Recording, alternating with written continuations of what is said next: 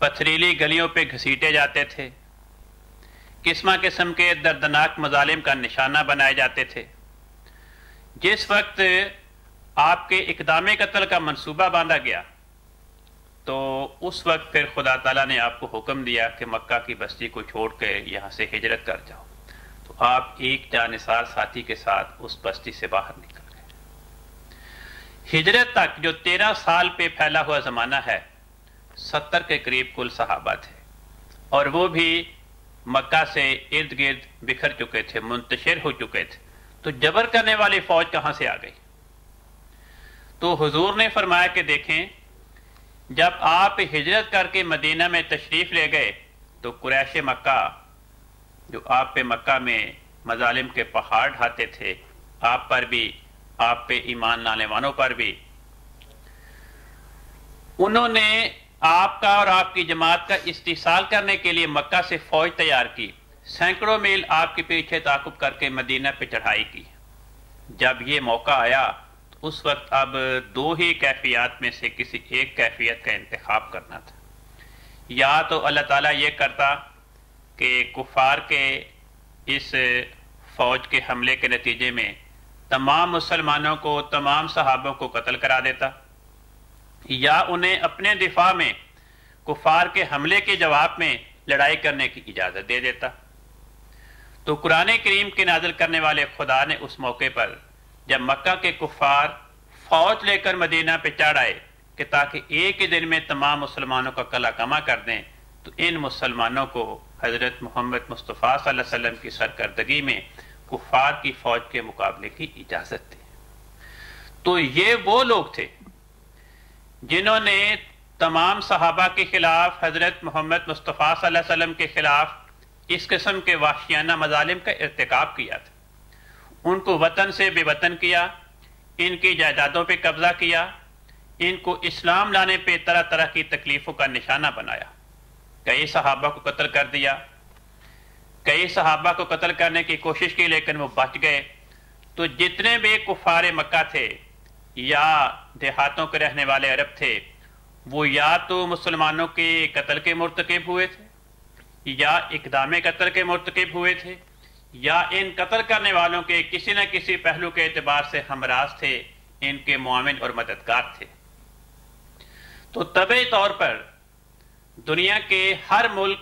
کی تہذیب کے قانون کے مطابق وہ لوگ قصاص کی سزا کے مستحق تھے، وہ سارے کے سارے اس لائق تھے کہ ان کو قتل کر دیا جائے، لیکن اس کے باوجود قرآن کریم نے کہیں نہیں فرمایا کہ ان کو قتل کر دو۔ ہاں، اس بات کی ان کو ایک رعایت دی گئی تھی رحم کے طور پر کہ یہ لوگ جو اپنے ان مجرمانہ گناہوں کے سبب قتل کی سزا کے لائق ٹھہر چکے ہیں، اگر یہ لوگ معافی مانگ لیں اور اسلام کو قبول کر لیں تو انہیں جو قصاص کی سزا کے طور پر قتل کی سزا کے مستحق ہیں، انہیں اس کی معافی دے دی جائے گی۔ اور اسلام نے تو یہاں تک حکم دیا اپنے سپہ سالاروں کو کہ جب تمہاری ان سے جنگ ہو تو دیکھو ان کی عبادت گاہوں کو مسمار نہ کرو، ان کی عورتوں پہ ہاتھ نہ اٹھاؤ، ان کے بچوں، معذوروں، بوڑھوں پہ ہاتھ نہ اٹھاؤ، بلکہ فرمایا کہ دیکھو اگر اللہ تعالیٰ مسلمانوں کے ذریعے سے مفسدین کی شرارتوں کا قلع کما نہ کرتا تو یہودیوں کی خانقاہیں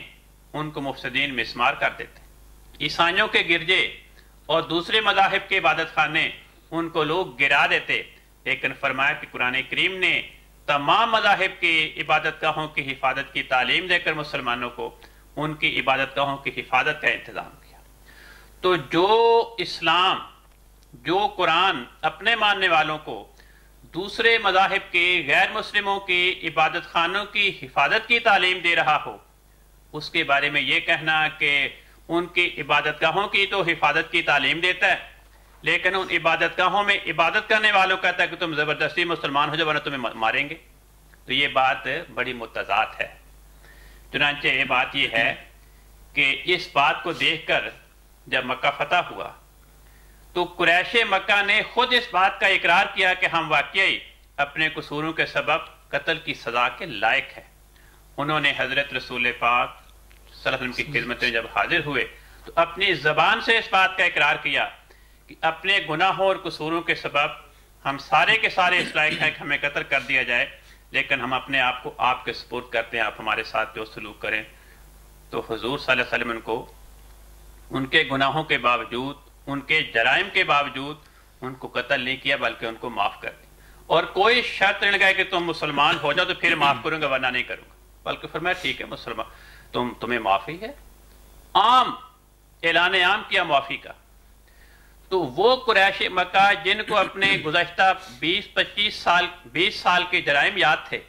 ان کی آنکھوں کے آگے ان کی تصویر پھر رہی تھی، اور انہیں یقین تھا کہ جو ہم جرائم ہم سے سرزد ہوئے ان کی پاداش تو یہی ہے کہ ہم سب کو تحت تیگ کر دیا جائے۔ جب انہوں نے یہ دیکھا کہ ہم پہ کوئی زبردستی نہیں کی گئی، ہمیں مسلمان ہونے کے لیے نہیں کہا گیا، بلکہ ہمارے اتنے سنگین جرائم کو معاف کر دیا گیا، تو اس کریمانہ اخلاق کو دیکھ کر خود بخود ان کے دلوں میں اسلام کی محبت گھر کر گئی اور انہوں نے اسلام کو قبول کر لیا۔ پھر بہت سے لوگ ایسے تھے عرب کے دیہات کے باشندے کہ جو اس وقت اسلام کی شوکت اور عروج کا زمانہ دیکھ کر انہوں نے بھی اسلام کی اطاعت کر لی، لیکن دلوں میں ایمان نہیں تھا۔ قرآن کریم نے اس بات کی گواہی دی، فرمایا قالت الاعراب آمنا، عرب کے جنگلی کہتے ہیں کہ ہم ایمان لے آئے، فرمایا کل لم تؤمنو، اے نبی تو اعلان کرتے کہ تم ایمان نہیں لائے، ولیکن قولوا اسلمنا، ہاں تم یہ کہو کہ ہم نے جنگی روش کو چھوڑ کر اطاعت قبول کر لی ہے، ولما يدخل الایمان فی قلوبکم، اور ابھی تک تمہارے دلوں میں ایمان داخل نہیں ہوا۔ لیکن وہی لوگ جنہوں نے اسلام کے ستارے کا عروج دیکھ کر، اسلام کی شوکت اور اقبال دیکھ کر اطاعت کر لی، اپنی گردنیں جھکا لی، جب انہوں نے بظاہر ظاہری طور پہ اسلام کو قبول کیا تو صحابہ کے اخلاق دیکھ کر، اسلام کی تعلیم کا حسن دیکھ کر انہوں نے پھر اپنے دلوں کی گہرائی میں ایمان کو داخل کیا اور اسلام کو ان کے رگ و پے میں رچ گیا۔ اس کا نتیجہ یہ نکلا کہ انہوں نے اسلام کی خاطر بڑی بڑی قربانیاں پیش کی۔ تو حضور نے فرمایا کہ وہ لوگ جو حضور صلی اللہ علیہ وسلم کے زمانے میں مسلمان ہوئے، اگر وہ جبر کے نتیجے میں اسلام قبول کرنے والے ہوتے، ان کو تلوار کا خوف دلا کے زبردستی اسلام میں داخل کیا ہوتا، تو یہ کیا بات ہے کہ جو لوگ جبر سے مسلمان کیے گئے ان کے دلوں میں بت پرستی سے اس طرح بیزاری گھر کر گئی، اس طرح ان کے دلوں میں شرک سے نفرت پیدا ہوئی۔ عقل اس بات کو قبول کرنے کے لیے تیار نہیں ہو سکتی کہ ایک وہ انسان جس کے دل میں بت پرستی کی محبت ہے، شرک کا وہ عاشق ہے، اور زبردستی اس کو مسلمان بنایا گیا، وہ ایسے کردار کا مظاہرہ پیش کرے کہ توحید کی تعلیم کی خاطر، توحید کے پرچار کی خاطر ہر سو قربانیاں پیش کرتا چلا جائے، ہر قسم کے مظالم کو برداشت کرتا چلا جائے۔ اسلام کی خاطر قربانی، اپنے مال کی قربانی، اپنے خون کی قربانی، اپنی جائیداد کی قربانی، اپنی اولاد کی قربانی وہ انسان نہیں کر سکتا جو جبر کے نتیجے میں مسلمان ہوا ہو۔ پھر حضور نے فرمایا کہ حضرت صلی اللہ علیہ وسلم تو اس وقت اکیلے تھے، تو پھر کس جبر نے اتنی قربانی کرنے والے افراد کو مسلمان کیا،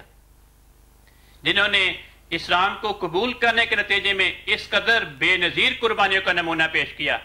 کہ چشم فلک اس کی مثال پیش کرنے سے قاصر ہے۔ حضور نے فرمایا کہ پھر ان لوگوں نے جنہوں نے اسلام کو قبول کیا، انہوں نے اسلام کو دنیا میں پھیلانے کے لیے چاروں طرف دنیا میں یہ پھیل گئے، اور خدا نے بھی ان کی تائید و نصرت کی کہ دنیا کے بیشتر ممالک میں ان کو خدا نے فتوحات نصیب کی، بڑی بڑی قربانیاں پیش کی اسلام کو پھیلانے کے لیے۔ تو جو شخص خود یہ سمجھتا ہو کہ میرے دل میں اسلام نہیں ہے، میں تو زبردستی جبر کے نتیجے میں اسلام میں داخل ہوں اوپر سے، وہ دنیا میں اسلام کو پھیلانے کے لیے اس قدر دن رات قربانی اور سرفروشی نہیں کر سکتا۔ اور خدا تعالیٰ نے بھی ان کے ایمان کی گواہی دی۔ قرآن کریم فرماتا ہے من المومنین رجال، یہ جو صحابہ ہیں ان میں سے بعض افراد ایسے ہیں صدقوا ما عاہدوا اللہ علیہ، انہوں نے جو اللہ کے ساتھ وفا کا عہد باندھا اس کو پورا کیا، اسے ہر قیمت پہ نبھایا۔ فرمایا فمنہم من قضا نحبہ ومنہم من ینتظر، بعض ایسے ہیں جو نے اپنی جان کا نذرانہ پیش کر دیا، اور بعض اپنی قربانی پیش کرنے کے لیے قطار میں لگے ہوئے ہیں، اس انتظار میں ہیں کب ہمیں جان کی قربانی کا موقع ملے، ہم اپنی جان کو نچھاور کر دیں اسلام کی خاطر۔ تو حضور نے فرمایا کہ یہ باتیں بتاتی ہیں کہ یہ الزام کہ اسلام لوگوں کو زبردستی مسلمان بنانے کا حکم دیتا ہے، یہ الزام تو ایک لحظہ کے لیے بھی قابل قبول نہیں ہو سکتا۔ جزاکم اللہ۔ نصیر صاحب، اسی کے ساتھ ملتا جلتا ایک اور اعتراض ان کی طرف سے یہ ہوتا ہے، ان کے بقول وہ کہتے ہیں کہ قرآن شریف میں یہ لکھا ہوا ہے کہ جو بھی مسلمان نہیں ہوتا ان کے ساتھ جنگ کرنے کا حکم ہے، تو اس اعتراض کا یا شبہ کا حضرت مسیح موعود علیہ السلام نے کس طرح جواب دیا ہے؟ جی، حضور فرماتے ہیں کہ اسلام میں جبر نہیں ہے، جیسا کہ ابھی پچھلے سوال کے جواب میں محترم کالو صاحب تفصیلاً بتا چکے ہیں، تو اس لیے اس اعتراض کی گنجائش تو نہیں رہتی۔ لیکن بہرحال بعض ایسے افراد ہیں جو اس قسم کی آیات پیش کر کے یہ اعتراض بناتے ہیں کہ قرآن مجید میں لکھا قاتل الذین لا یؤمنون باللہ وبالیوم الآخر، کہ جو لوگ اللہ پر اور یوم آخرت پر ایمان نہیں لاتے ان کے ساتھ لڑائی کرو، ان کو قتل کرو، ان کے ساتھ جنگ کرو، تو اس کو پیش کرتے ہیں۔ تو فرمایا کہ یہ آیت اور اس قسم کی آیات ان کو غور سے پڑھنا چاہیے۔ یہاں کسی جگہ بھی یہ نہیں لکھا ہوا کہ ان کو اسلام میں داخل کرنے کے لیے ان کے ساتھ جنگ کی جائے، ان کو مسلمان بنانے کے لیے ان کے ساتھ جنگ کی جائے، بلکہ بات یہ تھی کہ یہ وہ لوگ تھے جو اپنے اعمال کے لحاظ سے نہایت بد چلن ہو چکے تھے اور لٹیرے اور قذاق تھے، اور ان کے اعمال خراب ہو چکے تھے، اور وہ صرف نام کے یہودی اور عیسائی تھے، ورنہ حقیقتاً وہ تو خدا کو بھی نہیں مانتے تھے۔ تو ان لوگوں کے لیے یہ آیات نازل ہوئیں کہ ان لوگوں کے ساتھ جنگ کی جائے، کیونکہ وہ مقابلتاً جنگ پر آمادہ تھے، اور ان کی بد چلنی کی گواہی خود پادری فنڈل نے بھی دی ہے اپنی کتاب میزان الحق میں۔ وہ کہتا ہے کہ حضرت صلی اللہ علیہ وسلم کے زمانے کے یہود اور عیسائی وہ خراب ہو چکے تھے اور بد چلن ہو چکے تھے۔ آگے نعوذ باللہ وہ حد تک کرتے ہوئے کہتا ہے کہ اسی وجہ سے نبی کریم صلی اللہ علیہ وسلم کو نعوذ باللہ ایک جھوٹے نبی کو ان پہ غلبہ دیا گیا۔ یہ تو اس کی خرافات ہیں، لیکن اتنی بات اس نے تسلیم کر لی کہ یہ وہ لوگ تھے جو اس وقت نہایت بددیانت ہو چکے تھے اور اپنے اعمال میں انتہائی خراب ہو چکے تھے۔ قرآن کریم کی دیگر آیات بھی اس پر دلالت کرتی ہیں کہ ان کے رویے اس زمانے میں کیا تھے۔ قرآن مجید فرماتا ہے ترا کثیرا منہم یسارعون فی الاسم والعدوان واکلہم السحت، کہ تو ان میں سے بہت سے لوگوں کو دیکھتا ہے کہ وہ گناہ اور زیادتی میں ایک دوسرے سے آگے بڑھنے کی کوشش کرتے ہیں، حرام مال لوگوں کو کھاتے ہیں اور لوگوں کی جائیدادوں پر قبضہ کرتے ہیں۔ پھر دوسری جگہ فرماتا ہے قل یا اہل الکتاب لستم علی شیء حتی تقیموا التوراۃ والانجیل وما انزل الیکم من ربکم، کہ وما انزل الیکم من ربکم، کہ اے اہل کتاب تم کچھ بھی نہیں ہو جب تک تم تورات اور انجیل کی پیروی نہ کرو، ان کے احکامات کو قائم کر کے نہ دکھاؤ۔ تو وہ لوگ چھوڑ چکے تھے ان احکامات کو جو ان کی کتاب نے ان کو دیے تھے۔ پھر اسی طرح قرآن مجید میں اللہ تعالیٰ فرماتا ہے یا ایھا الذین آمنوا ان کثیرا من الاحبار والرہبان لیاکلون اموال الناس بالباطل ویصدون عن سبیل اللہ، کہ بہت سے لوگ جو عیسائیوں کے عالم بنے پھرتے ہیں اور یہودیوں کے بڑے سرکردہ بنے پھرتے ہیں، ان کا حال یہ ہے کہ وہ لوگوں کے مال کھاتے ہیں، ناجائز قبضے کرتے ہیں اور لوگوں کو اللہ کے رستے سے روکتے ہیں اور منع کرتے ہیں۔ فرمایا وَمِنْ أَهْلِ الْكِتَابِ مَنْ إِنْ تَأْمَنْهُ بِقِنْطَارٍ يُؤَدِّهِ إِلَيْكَ وَمِنْهُمْ مَنْ إِنْ تَأْمَنْهُ بِدِينَارٍ لَا يُؤَدِّهِ إِلَيْكَ إِلَّا مَا دُمْتَ عَلَيْهِ قَائِمًا، کہ اہل کتاب میں سے دو گروہ ہیں، ایک تو وہ ہیں کہ جن کو اگر ڈھیروں ڈھیر مال پر ذمہ دار بنا دیا جائے، امین بنا دیا جائے تو وہ واپس کر دیں گے، لیکن ایسے بھی موجود ہیں کہ اگر ایک دینار بھی ان کو دیا جائے تو اس میں بھی بددیانتی کے مرتکب ہوں گے، اور جب تک تو سر پہ کھڑا نہ ہو وہ کو واپس نہیں کریں گے۔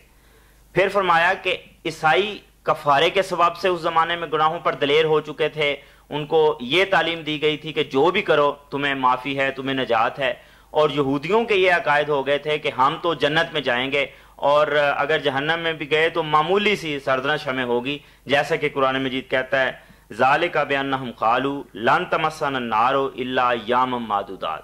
کہ آگ ہمیں گنتی کے چند دن چھوئے گی، اس سے زیادہ نہیں۔ تو یہ عقائد وہ اپنائے ہوئے تھے جس کی وجہ سے وہ گناہوں پر دلیر تھے اور دیانت ان سے جا چکی تھی، وہ مقابلتاً جنگ پر آمادہ تھے، وہ لٹیرے تھے. عرب مشرکین تو ایسے تھے جو راتوں کو لوٹا کرتے تھے, اور یہ وہ تھے جو دن کو لوٹا کرتے تھے اپنی بد چلنیوں کے سبب سے. تو ایسے لوگوں کے استحصال کے لیے, ایسے لوگوں کے کلا کما کرنے کے لیے اللہ تعالیٰ نے نبی کریم صلی اللہ علیہ وسلم کو یہ حکم دیا کہ ان کے ساتھ لڑائی کی جائے, اس وجہ سے کہ نبی کریم صلی اللہ علیہ وسلم کی دو حیثیتیں تھیں. ایک لحاظ سے آپ نبی تھے اور دوسرے لحاظ سے آپ بادشاہ بھی تھے. تو بادشاہ کا یہ فرض ہے کہ اپنی رعایا کے مناسب حال وہ تمام امور سر انجام دے جو امن قائم کرنے کے لیے ضروری ہوں. تو یہ لوگ امن کے راستے میں رکاوٹ بنے ہوئے تھے, خلل اندازی کرتے تھے. تو اس لیے امن کے قیام کے لیے ان لوگوں کے ساتھ ایسا برتاؤ ضروری ہو گیا تھا. حضرت موسیٰ علیہ السلام کے بعد یہ ہوتا تھا کہ نبی الگ برپا ہوتے تھے, مبعوث ہوتے تھے, اور بادشاہ الگ ہوا کرتے تھے, اور دونوں اپنے اپنے دائرے میں کام کرتے تھے. لیکن حضرت صلی اللہ علیہ وسلم کو یہ دونوں حیثیتیں اللہ تعالیٰ نے عطا فرما دی ہوئی تھیں. وہ جو بھی حکم آتا تھا رسالت کے لحاظ سے اس کو آگے پہنچا دیتے تھے, اور پھر بادشاہ وقت کے لحاظ سے آپ کا یہ بھی فرض تھا کہ امن قائم کرنے کے لیے یہ تمام امور کریں جو مخالفین اس طور پر سر اٹھائیں کہ امن کے رستے میں حائل ہوں, ان کے لیے یہ تعلیم دی جائے. ورنہ نبی کریم صلی اللہ علیہ وسلم کا اسوہ اور قرآن کی تعلیم باقی ان لوگوں کے ساتھ جو اس طرح مقابلتاً نہیں آتے, جو تلوار نہیں اٹھاتے تھے, جو بد چلن نہیں تھے, جو جنگ پہ آمادہ نہیں ہوتے تھے, ان کے ساتھ ہرگز ایسا رویہ نہیں تھا. ایک واقعہ لکھا ہوا ہے کہ ایک دفعہ ایک یہودی اپنا ایک قضیہ لے کر نبی کریم صلی اللہ علیہ وسلم کے پاس آیا, اور ایک مسلمان کے ساتھ اس کا کوئی مسئلہ تھا. تو نبی کریم صلی اللہ علیہ وسلم نے یہودی کے حق میں فیصلہ صادر فرمایا. اسی طرح قرآن مجید اس بات کو پیش کرتا ہے کہ جو لوگ امن سے رہتے ہیں ان کے ساتھ ہرگز اسلام یہ تعلیم نہیں دیتا. فرمایا کل للذین اوتوا الکتاب والامیین اسلمتم فإن اسلموا فقد اہتدوا وإن تولوا فإنما علیک البلاغ. کہ وہ لوگ جن کو کتاب دی گئی اور جو لوگ امی ہیں انہیں یہ کہو کہ اگر تم نے اسلام قبول کر لیا ہے تو پھر تم ہدایت پا جاؤ گے, اور تم پر کوئی سبیل نہیں ہے, کوئی تم پر الزام نہیں ہے, اور ہمارا کام کھلا کھلا پہنچا دینا ہے. تو یہ نہیں کہا گیا کہ ان سے جنگ کی جائے, بلکہ یہ فرمایا کہ ان کو بات پہنچا دینا, کھول کر ان تک سارے امور ان کا پہنچ جائیں, یہ اسلام کا فرض ہے, اور یہ نبی کریم صلی اللہ علیہ وسلم نے فرمایا. پھر دوسری جگہ فرماتا ہے کہ وَقَاتِلُوا فِي سَبِيلِ اللَّهِ الَّذِينَ يُقَاتِلُونَكُمْ وَلَا تَعْتَدُوا إِنَّ اللَّهَ لَا يُحِبُّ الْمُعْتَدِينَ. کہ صرف لڑنے کا حکم ان لوگوں کے ساتھ ہے جو آگے سے لڑتے ہیں, جو جنگ پر آمادہ ہیں, اور جو زیادتی نہیں کرتے ان کے ساتھ اسلام کہتا ہے کوئی زیادتی نہ کرو. تو یہ اسلام کی حقیقی تعلیم ہے. جنگ کی تعلیم, جنگ کے حالات صرف اس زمانے میں پیدا ہوئے یا ان وجوہات کی بنا پر پیدا ہوئے جو مخالفین نے اختیار کی. جب وہ جنگ پر آمادہ ہوئے تو پھر امن قائم کرنے کے لیے نبی کریم صلی اللہ علیہ وسلم کو بھی جنگ کرنا پڑی. جزاکم اللہ. کالم صاحب, اس طرح ایک اور اسلامی جو حکم ہے تعدد ازدواج کا, یعنی ایک سے زائد شادیاں کرنے کا,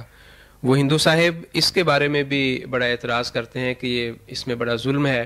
اعتدال نہیں رہتا اس میں, اور ان کے بقول اعتدال اس چیز کا نام ہے کہ ایک مرد کے لیے ایک ہی صرف بیوی ہو. تو اس اسلامی جو تعلیم ہے ایک سے زائد شادیاں کرنے کی, اس پر جو اس نے اعتراض کیا ہے, یہ حضرت مسیح موعود علیہ السلام نے اس کا کس طرح جواب دیا ہے؟ حضور فرماتے ہیں کہ انسان اشرف المخلوقات ہے, اور وہ چاہتا ہے کہ اس کی نسل کا سلسلہ آگے چلے. لیکن انسانی معاشرے میں بسا اوقات ایسی صورتیں پیدا ہو جاتی ہیں کہ ایک ہی بیوی سے یا تو اولاد ہوتی نہیں, یا کوئی ایسی بیماری لاحق حال ہو جاتی ہے ایک بیوی کو کہ اگر اولاد ہو تو وہ بچپن میں ہی مرتی چلی جاتی ہے, جسے عام عرف عام میں اٹھرا کی بیماری کہتے ہیں. یا لڑکا ہی پیدا نہیں ہوتا اور اسے فکر ہوتی ہے کہ میرے بعد